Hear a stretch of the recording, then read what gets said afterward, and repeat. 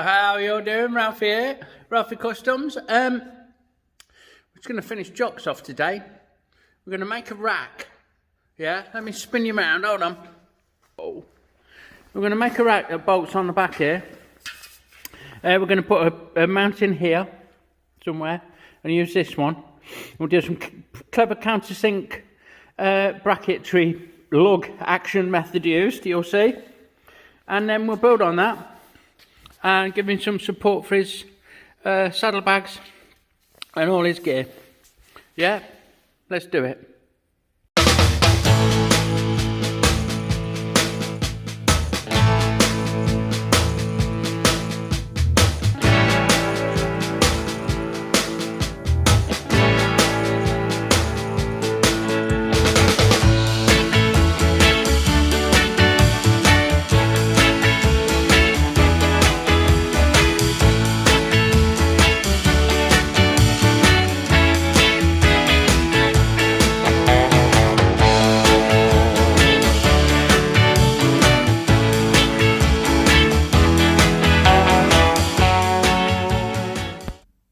Okay, let's get making some mounting bosses then. For this here rack, I've got some inch stock in the lathe. I'm just going to face it off, look. And then I'll be going in with a pilot hole. So here's a centre drill to get the centre of the bar, obviously, but to get that started. And after that, we're going to drill it out to M8 clearance, because we're going to use M8 fasteners, yeah, that suit the ones in the fender strut already.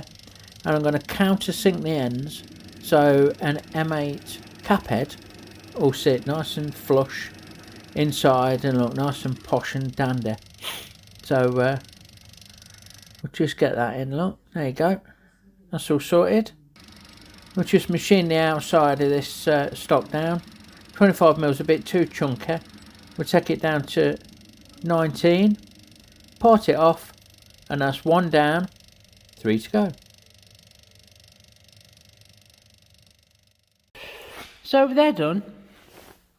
Too short and too long, look. So I'll try and do one-handed to show you. I've taken off the thickness of that strut because the short ones are going to mount on those holes there, and the long ones are going to come back somewhere there, which I'll mark and drill through with a pistol drill.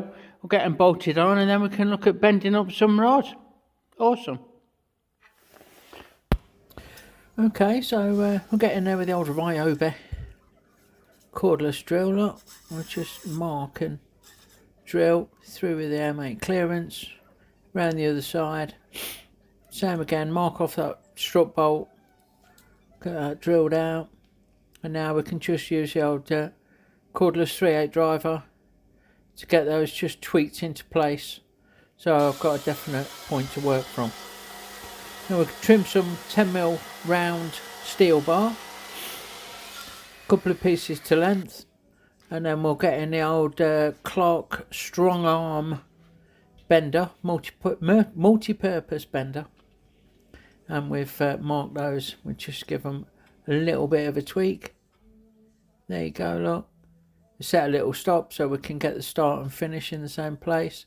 Make sure that they line up, and pull the bad boy round. Then it's over to the vise for a bit of a tweak and a bit of a clean up, just to get them to be a matching pair ready to mount on the brackets.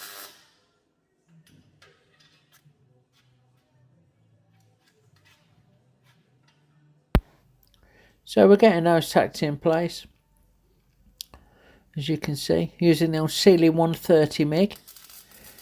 I don't usually mention the kit that I use, but I get a lot of requests, so there you go. We'll do a little bit of cutting now. We're going to make some bracing bars that go between the two pieces that I've just tacked into place, just to beef it up a little bit. Yeah, so we'll get those nice and central, tacked in situ, that way we can measure it and check it and make sure that it fits.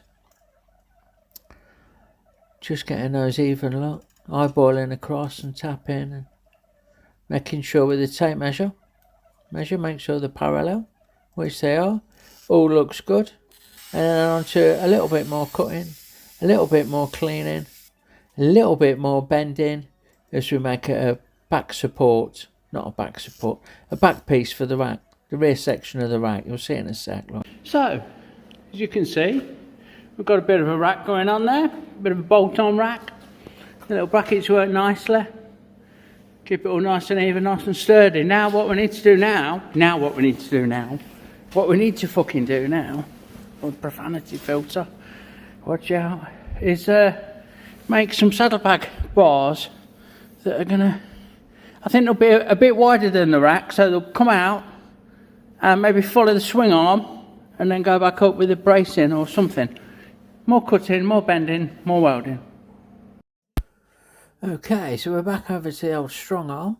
We've cut these, marked them. We're using a little stop just to line it up so I can see where I'm going. Like, I'm just dropping that in place so we can duplicate that on the next one. And hopefully make two that are about the same. Like, there's one bend. We'll go in now, match the mark where we start. Pull that round once we get it level onto that stop that I put in.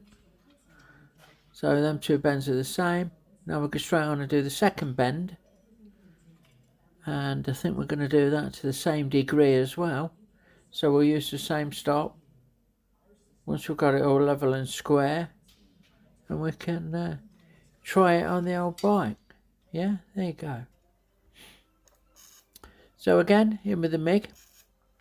In with the old Clark 130, bless it, lovely little workhorse, just big enough to cope with what I need and small enough to wheel about and getting all them little nooks and crannies. Look, so we'll get those two tacked on and all balanced up nice and even. I'm just putting a couple of sidebars in now, just cut some straight pieces like I did for the top of the rack, just to beef up these sides a little bit so they're not flapping about in the wind like deputy dog ears, and I should just keep everything sorted.